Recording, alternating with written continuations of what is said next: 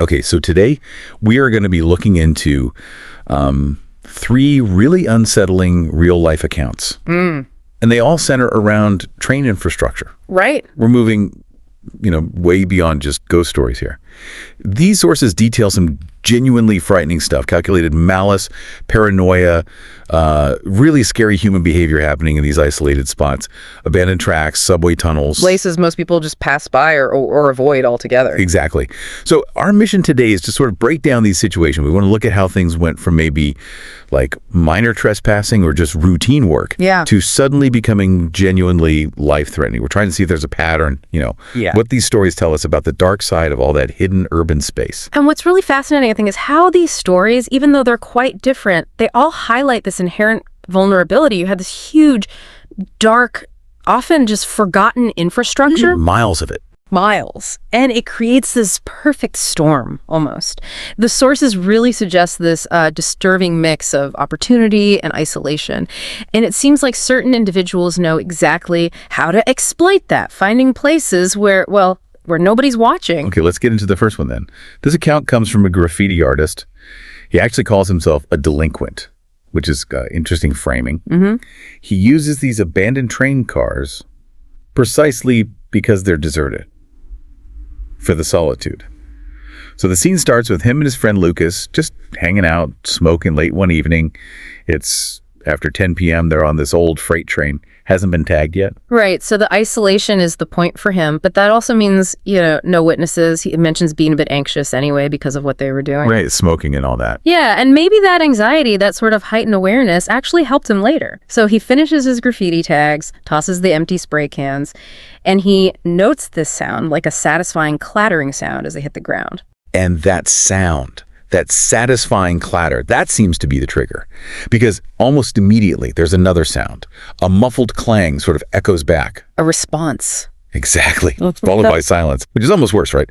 Then suddenly a paint can is thrown at them, hits the side of the train car right near where they are. Whoa. They instantly realize, okay, we are not alone out here. And then someone starts chasing them, yelling things, including this really chilling threat. You better not trip, boy. Oof. That specific phrase, you better not trip, that changes everything, doesn't it? It's not just like, get out of here. No. It implies something else. It suggests the person chasing them is actually hoping they fall, prepared for it, maybe even wants it to happen so they can catch them. It's predatory. And the escalation is terrifyingly fast. Yeah. The narrator says right after that, they hear an actual gunshot crack behind them. A real gunshot. A real gunshot. Yeah. It forces them into this blind panic, just pure terror, scrambling to get away. Lucas apparently nearly does trip, right in the line of fire. It was just sheer adrenaline pushing them forward. Okay, wow. Now, if the story stopped right there, you might just think, okay, incredibly aggressive encounter, maybe someone territorial, someone dangerous. Yeah, like a really bad run-in. Right. But it clearly stuck with the narrator because he says he went back weeks later, but this time during the day, and he actually brought a Glock 17 with him. He needed to understand what that was all about. He needed answers. And what he found. It's way more disturbing than just finding an angry person's campsite or something. This is where it gets really, really weird. He finds his graffiti tags from that night, but they've been deliberately painted over, just ugly blotches of red paint. It's so targeted. It wasn't random. They knew who they were chasing. Exactly. But the main thing is this open train car he finds. Yeah. It's completely empty, except there's a single chair sitting right in the dead center of the car. Just a chair. Just a chair. And there are ropes and chains scattered around on the floor. Some of them are even wrapped around the legs of the chair. Okay, that is deeply unsettling. The chair, the ropes, covering the tags. This points to something planned, highly premeditated. Yeah, it feels like they didn't just stumble upon someone sleeping rough. It feels like they interrupted something else entirely, something much darker. The detail that really seals it, from an analytical perspective anyway, is the smell. He says the car reeked, absolutely reeked of bleach. So strong, he felt like he was in a cleaning supply closet. Bleach? Why bleach? Well, think about it. Bleach cleans, sanitizes, but it also destroys evidence. Blood, DNA, that kind of thing. Oh, God. So you have restraints, the ropes and chains. You have a central point of control, the chair. And you have a powerful cleaning agent known for removing biological traces. You're not looking at kids messing around anymore. You're looking at a space that seems prepared or maybe recently used for something involving high control, maybe interrogation, torture, or worse. Predatory acts. The graffiti artist didn't just annoy someone. He likely stumbled onto a prepared location, maybe right after it had been used and cleaned. That's a horrifying thought. Going from thinking you angered someone local to realizing you might have walked into, well, into a potential kill room. It's a massive, chilling shift in perspective. Okay, let's shift gears now. We're moving from those quiet, abandoned freight lines to a set of secluded but active tracks for our second story. This one involves someone revisiting what they call the unruly activity of train hopping. Right, so this is different. Active lines mean moving trains, schedules, a different kind of risk. The plan was simple, apparently. Hop on a train near a specific spot, ride it through a long tunnel and over a big bridge nearby, then hop off and walk back along the tracks to their car. Seems straightforward enough if you ignore the inherent dangers of train hopping itself. Right, except as the train car they were on entered the darkness of the tunnel, they saw a weird flash of light up ahead. Just quick. A light inside the tunnel? Yeah. And then almost instantly, a hand shot out from the darkness beside the moving train and literally grabbed the narrator's leg. What? From where? From the side. Like someone was clinging to the side of the train or the tunnel wall, waiting. It nearly pulled them right off the moving train. That takes incredible nerve and timing. They must have known exactly where to be, probably hanging right there at the tunnel entrance, waiting for someone riding that specific part of the train. It seems like it. And then a second hand slapped against their leg just as the train pulled them past, deeper into the tunnel. They weren't pulled off, but the message was clear and terrifying. They were past the attackers, but now they were stranded. Stranded? How? Well, they got off the train safely after the bridge, like they planned. But now the only way back to their car was back through that same dark tunnel. Ah, where the people who just attacked them were presumably waiting. Exactly. They were trapped. Caught between the danger of the active railway itself and whatever, or whoever, was waiting for them in that tunnel. And calling the police is probably not an option they considered, right? Because they were train hopping, breaking the law themselves. Right. Their own actions put them in this incredibly vulnerable position. The isolation, the illegality, it was all working against them. So what do? They pick up a big rock for defense. Smart move. And start heading back towards the tunnel. And almost immediately, they hear this sound from inside the darkness. A faint click. They weren't sure what it was. Maybe a tongue clicking, maybe some kind of device. Creepy. Just adding to the tension. Totally. And this leads to a moment of sheer desperation, or maybe brilliance. They decide to bluff. They shout into the tunnel something like, "You better stay back or I'll shoot." Okay, a classic bluff. But do they have anything to back it up? Here's the clever part. They immediately pull out their phone and play a YouTube gunshot sound effect at maximum volume. Oh, way. Yes. And inside the tunnel, the acoustics would just amplify and distort that sound incredibly. It must have echoed like crazy. A huge gamble. Wow. That's quick thinking under extreme pressure, using the environment, the echo, to their advantage. What happened? Well, the immediate result was silence from the tunnel. No clicks, no movement.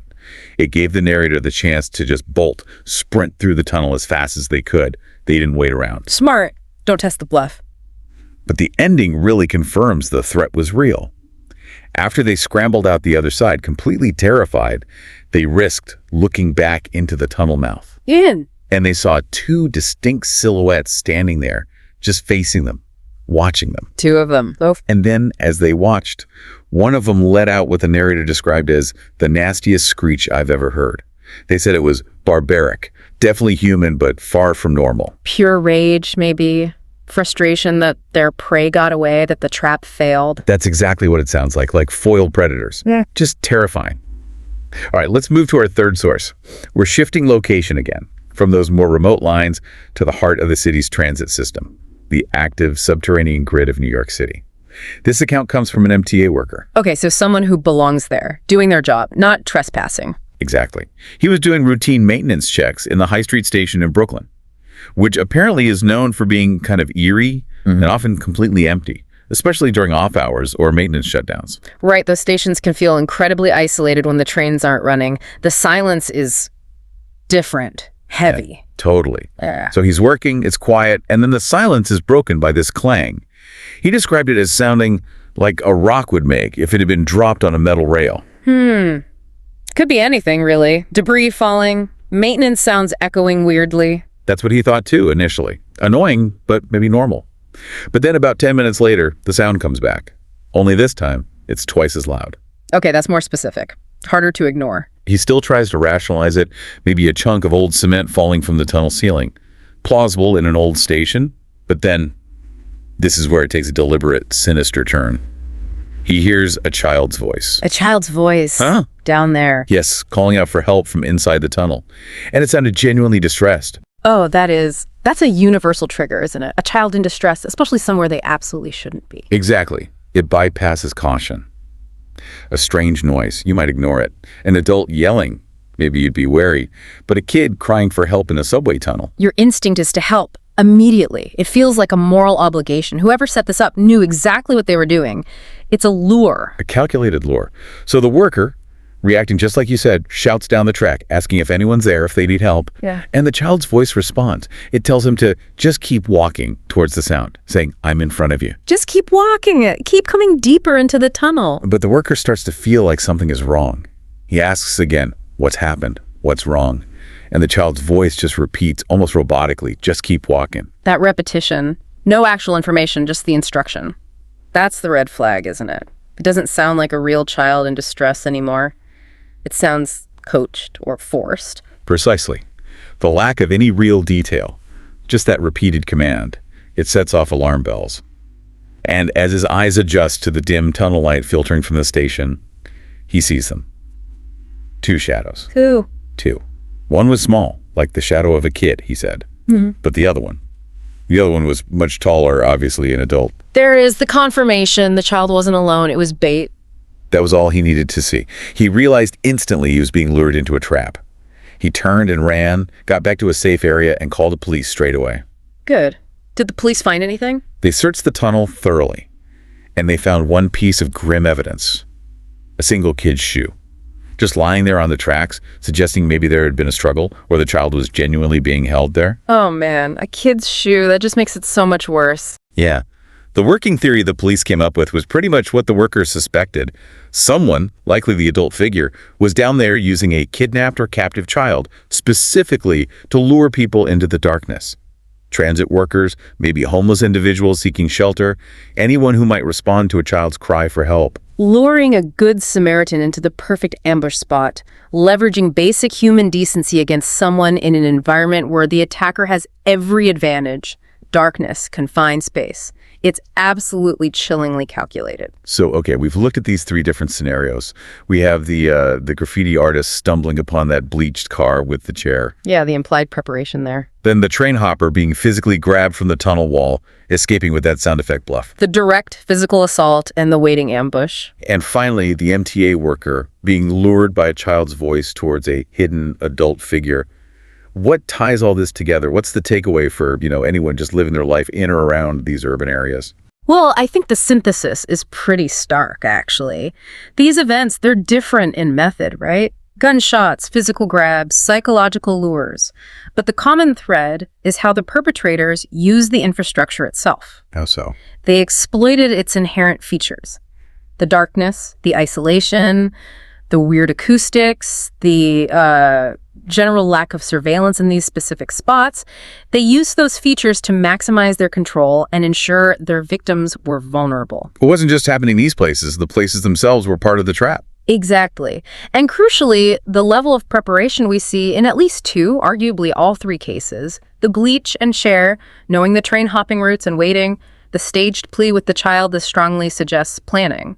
These weren't random, impulsive acts of violence for the most part. These were calculated. Calculated acts using the environment as a tool, even as a weapon. The infrastructure wasn't just a backdrop. It was integral to the execution of whatever malicious plan they had. So the very systems built for movement, for connecting places, are being twisted into these custom-made hunting grounds, designed to isolate people, compromise them. Precisely. They're finding the weak spots in the system, the vast, dark, unmonitored spaces, and turning them into temporary, dangerous territories, far removed from the eyes of the world, just meters above or beyond them.